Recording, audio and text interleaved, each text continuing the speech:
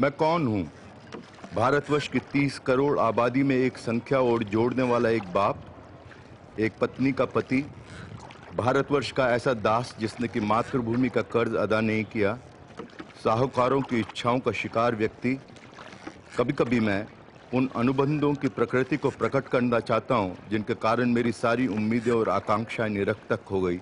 इसे मैं अनिवार्य समझता हूँ कि मैं अपने सहयोगी कलाकारों को ये तथ्य उजागर करूँ कि हम जैसे गरीब और ज़रूरतमंद कलाकार जो किसी उद्देश्य के दीवाने होते हैं, वे व्यर्थ में अनजाने ही दूरदेशिता के अभाव में फिसल जाते हैं और अंततः धोखा खा जाते हैं। ऐसे अनुबंध वेद हैं या अवैध, वो तो कचहरी में तय होगा, लेकिन मेरे अन्य सहयोगी कलाकारों को मैं हृदय से याद दिलाकर अपने अनुभव से सीख देना चाहता हूँ। कौन है शिकार व्यक्ति? सांसारिक विवेक से हीन एक ऐसा आदमी जो सिर्फ एक ही उद्देश्य का दीवाना है और इस प्रकार अपनी जिंदगी बर्बाद कर रहा है। कौन हूँ मैं? या कदाचित ये सच है कि मैं इस मैं की अवधारणा को नहीं जानता। मैंने अपना कुछ भी हो इसका दावा छोड़ दिया। मैंने सुख और दुख की अवधारणा त्याग दी है। उसे ज्ञानी लोगों, ओ कला पारखियों, नए नए सुधारों के सूत्रधारों, मेरे दुर्भाग्य के बावजूद मेरी कृतियों के प्रति आपकी प्रशंसा जरा भी घटी नहीं। आप लोगों की बदौलती में जनता के मनोरंजन के लिए मूक चलचित्र की सुंदर कला को स्थापित कर सका हूँ। लेकिन क्यों नहीं आती मेरी पत्नी मंच के ऊपर?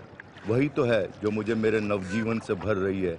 सांसारिक चिंताओं से त्रस्त मेरे मस्तिष्क को जो शांति प्रदान करती है, वही तो मेरे जीवन के बिखरे सूत्रों को मेल कराती है। वास्तव में वही मेरे सौभाग्य की सर्वश्रेष्ठ कारीगर है। मेरे प्रिय, जब तुमने पर्दे के पीछे से मेरी इतनी मदद की, कृपया तुम मंच पर सामने आओ। मैनेजर की पत्नी: हे ईश्वर, क्या पर्दे के पीछे काम करो तुम्हारा कथन है? इस पर्दे ने सब जगह द्वंद्व खड़ा किया है। महिलाओं के लिए पर्दा, पुरुषों के मामले में विचार और व्यवहार के दोहरे व्यवहार, और यही दोहरापन राजनीति में, देशभक्ति में, घर में, बाहर भी। कुल मिलाकर इस पर्दे ने एक चेहरा भीतर से और एक बाहर से दिखाया। इसी पर्दे ने रहस्यात्मक चीज़ों को छिपाया, गोपनीयता को बढ़ावा दिया, छिपी चीज़ों को उजागर करने में दबाया और गंदगी को इस तरह ढका कि वो लोगों की नज़र न आए। मानवीय स्वभाव भी ज़्यादा से ज़्यादा ऐसा चतुर होता जा रहा है कि वो बुराई को छिपाए। मुझे इन सब से चिढ़ हो गई है। पर्दा जितना बड़ा होगा, सीधा साधा व्यवहार और सरलता की उतनी ही कमी होती जाएगी।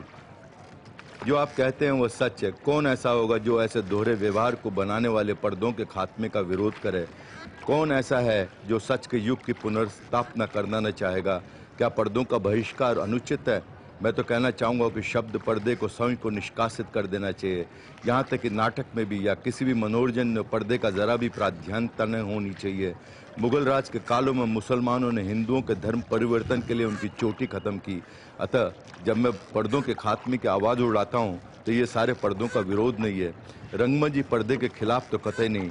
यदि मैं ऐसा करूं, वह उतना ही अव्यवहारिक होगा, जघन्य होगा, अनुपयुक्त होगा, जितना कि मुगल कालीन मुस्लिमों ने हिंदुओं के साथ किया।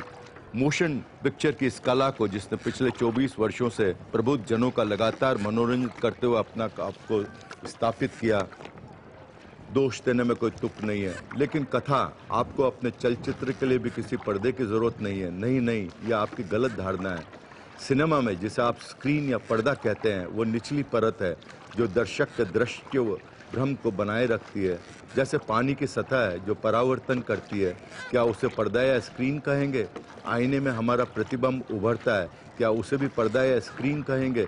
उसी तरह सिनेमा का यह स्क्रीन वो निचली परत है जो मेरे चलचित्रों के दृष्टिबोध को बांधे रखती है। वो कि पर्दे पर उभरती नाट्य कला अभी नई नहीं है, लेकिन उसने हाव भावों के आकर्षक और बाल सुलभ पवित्रता द्वारा संसार को काबू में ले लिया है।